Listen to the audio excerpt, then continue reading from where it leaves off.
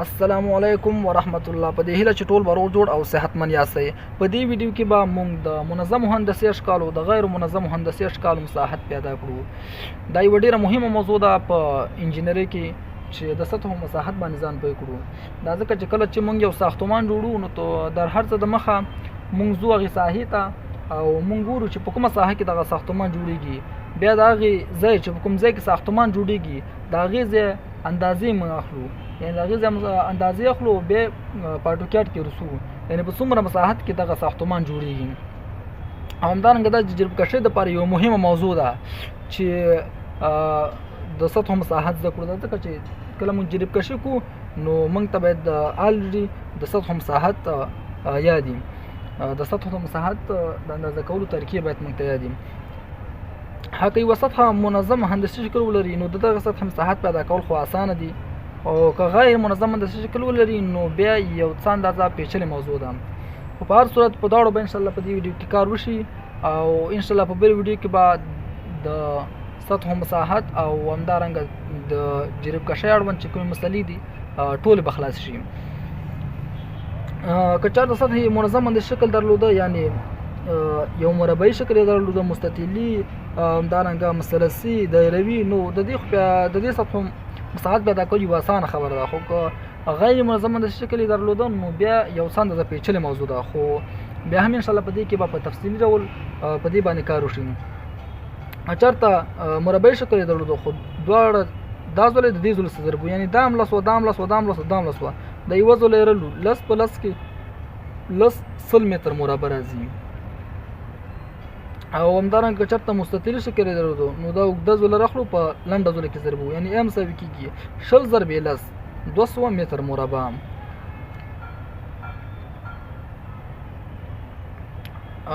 همدارنګه که چېرته دې مثلثي شکل درلوده نو بیا موږ هسې کار کوو چې دغه دواړه ځولې یو بل سره ضربو او په دویو تقسیمو، یعنې 10 ضربې 20 یا ضربې 20 تقسیم پر 2، 10 ضربې 20 تقسیم پر 2 100 متر مربع. همدارنګه که چېرته مستطیل دغه شان شکل درلوده نو بیا موږ هسې کار کوو چې دغه بیاز دغه بي راخلو او په دې ایچ ارتفاع کې ضربو، 20 ضربې ایچ تقسیم پر 2. همدارنګه که چېرته مستطیل دغه شکل درلوده، که مستطیل دغه شکل درلوده نو بیا موږ د دې ایریا چې پیدا کوو ام سوي اس ضربې اس منفي یا اس منفي بي اس منفي سي، د دغې فورمول څخه موږ پیدا کوو. اس چې دغه فورمول څخه پیدا کېږي چې A جمع B جمع C پر 2 او A B او C دغه چې دغه ځولې دي. همدارنګه که چېرته یوې سطحې دایروي شکل درلوده نو بیا دغه فورمول څخه دغه مساحت پیدا کېږي چې پای ډي مربع پر 4 او یا پای آر مربع. دغه دواړو فورمولونو څخه موږ کولی شو چې مساحت پیدا کړو.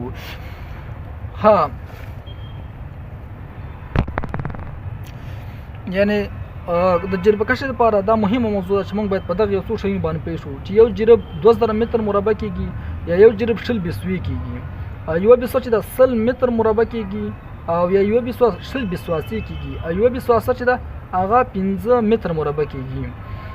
نو یو جریب 20 بسوي کېږي، یعنې یوه بسوه 100 متر مربع کېږي. که 20 په 100 کې ضرب کوم دا 2000 متر مربع راکوي. یا یوه بسواسه چې د هغه یوه بسوه چې د 20 بسواسي کېږي نو یوه بسوه چې ده یوه بسواسه چې د 15 متر مربع کېږي. نو که 20 بسواسي 20 په 15 کې ضرب کړو نو دا موږ ته 100 متر مربع راکوي. دغه شانتې یوه سطحه د فرض کړم چې داسې اوږدوالی چې د 50 متره دی او داسې چې کوم عرض یې دی هغه 20 متره دی. خو که موږ چېرته دغه دواړه یو بل سره ضرب کړو 50 ضربې 20 نو موږ ته راځي 1000 متر مربع. نو دا د دې 1000 متر مربع دا د دې سطحې مساحت شو. اوس ګورو چې دا څومره د دې اندازه څومره کېږي. یعنې موږ لږ مخکې وویل چې یو جریب 2000 متر مربع کېږي، خو دا 1000 متر مربع راغی نو دا نیم جریب کېږي، او یا یو جریب 20 بسوي کېږي نو دا بیا 10 بسوي کېږي، یا یو نیم جریب او یا 10 بسوي. یعنې او که چېرته دغه شانتې یو شکل وي چې دا ځولی هم 15 وي او دا ځولی هم 15 وي، یعنې اوږدوالی هم 15 وي او عرض هم 15 وي، یعنې یو مربعي شکل دی، نو ا مساوي کېږي چې مساحت پیدا کړو 15 ضربو 15 متر مربع کېږي. اوس ګورو چې دا څومره کېږي. نو موږ ویلو چې یوه بسواسه 15 متر مربع کېږي نو دا 15 متر مربع دی، نو دا 15 بسواسي کېږي، ځکه چې یوه بسواسه 15 متر مربع کېږي نو 15 به څومره شي. دلته 15 لیکو نو 15 بسواسي راځي. اوس ګورو دلته یو مثال مونږ حل کړی دی چې دغه شانتې د سطح یو شکل و چې دغه شانتې بیا داسې دغه پکې نه و. خو مونږ چې دی د دې لپاره چې د دې سطح مساحت پیدا کړو دا هم په مثلثونو باندې وویشو. نو دا موږ ته یو مثلث لاسته راغی او دا موږ ته بل مثلث لاسته راغی. نو اوس موږ د دې مثلث مساحت بیل پیدا کړو او د دې بل مثلث مساحت موږ بیل پیدا کړو. نو که موږ وګورو دغه مثلثونه چې موږ دواړه وکاته دغه مثلث په شکل دي. نو موږ دغه فرمول څخه استفاده کوو. نو اوس موږ دغه یو مثلث شو موږ سره او دا موږ سره بل مثلث شو. نو لومړی د دې مثلث مساحت پیدا کوو بیا د دې مثلث مساحت پیدا کوو بیا سره دواړه جمع کوو. نو A مساوي کېږي S ضرب S منفي A S منفي B S منفي C دغه فرمول څخه پیدا کېږي. نو تر هر څه د مخه باید لومړی موږ S پیدا کړو. S مساوي کېږي A جمع B جمع C یعنی 3 متره جمع 55 متره جمع 15 متره. فرض که موږ نیولې ده چې دا 3 متره دا 55 متره او دا 15 متره دی. دا موږ فرضي نیولې دي. نو دا چې درې واړه موږ جمع کړو په دوم تقسیم کړو 96.5 متره راځي. اوس راځو په فارمول کې وځو A مساوي کېږي 96.5 د S په ځای لیکو بیا 96.5 د S په ځای لیکو منفي A ځوله 3 ضرب S منفي B 96.5 ضرب 55 بیا ضرب S منفي C 96.5 منفي 15. نو دغه چې د جذر نه خلاص کړو موږ ته 1499 متر مربع راځي. اوس د دې بل مثلث مساحت پیدا کړو. د دې بل مثلث مساحت چې پیدا کړو نو د دې لپاره باید لومړی S پیدا کړو چې S مساوي کېږي دا جمع دا 58 جمع 15 او جمع واوې دغه تقسیم پر 2 دا 3 نه دي دا 2 دي. تقسیم چې پر 2 کو 115 راځي. نو اوس H پیدا کړو همدغه فرمول څخه استفاده کړو چې S ضرب S منفي A S منفي B S منفي C. نو S 115 ضرب 115 منفي A 115 منفي دغه څه شو واوې بیا ضرب S منفي 115 منفي 58 ضرب 115 منفي 15 یعنی د S څخه لومړی دا ځله بیا دا ځله بیا دا ځله منفي کو یا دا چاري مخکې سباق نه کوي. کله چې دا موږ د جذر څخه خلاص کړو نو دا موږ ته راځي 2040 متر مربع راځي. اوس چې عمومي مساحت موږ پیدا کړو ټوټل مساحت نو A مساوي کېږي دا مساحت جمع دا مساحت نو 1499 متر مربع او 2040 متر مربع دا جمع کوو چې دا راغله 3915 متر مربع.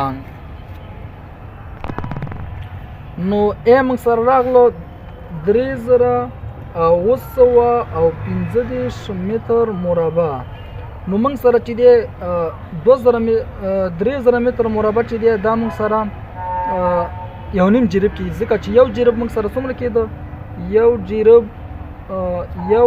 جریب چې دی دا موږ سره 2000 متر مربع کېده 2000 متر مربع کېده. نو یو جریب 2000 متر مربع او یو نیم چې دی 3000 متر مربع راځي.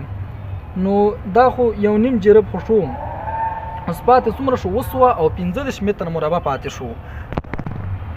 نو دا موږ سره راځي چې یو نیم جریب او وبسوي او وبسواسي ځکه یو نیم جریب 3000 متر مربع شو بیا 215 متر مربع پاتې کېږي. نو دا چې دی دا موږ سره څومره شو وبسوي شو او پاتې 15 متر مربع شو. نو 15 متر مربع چې دی دا موږ سره څومره کېږي دا موږ سره وبسواسي کېږي دا ځکه چې یو بسواسه 15 متر مربع ده نو وبسواسي 15 متر مربع کېږي او یو بسوا چې دا موږ سره 100 متر مربع ده نو وبسوي چې دا 200 متر مربع کېږي. او یا داسې ویلی شو چې یو جریب او 18 بسوي ځکه یو جریب 200 متر مربع شو او پاتې یو جریب 200 متر مربع شو او پاتې چې کم دغه کېږي نو هغه چې دی 1800 متر 1815 متر مربع دا پاتې کېږي. نو په دې 1815 کې 1800 چې کوم دي دا 18 بسوي شوي او 15 چې کوم پاتې شي نو دا و بسواسي شوي او دا 18 چې کوم دا موږ څه شوي بسوي شو یعنی داسې ویلی شو چې دا موږ سره یو جرب ولس بسوي او بسواسوي شوي او یا یو نیم جرب وبسوي او وبسواسوي شوي. انشاءالله په راتلونکي ویډیو کې مونږ یو څو مثالونه چې هغه غیر منظم هندسي اشکال یعنی غیر منظم هندسي شکل ولري په هغې باندې مونږ کار وکړو. انشاءالله چې بیا په بله ویډیو کې مونږ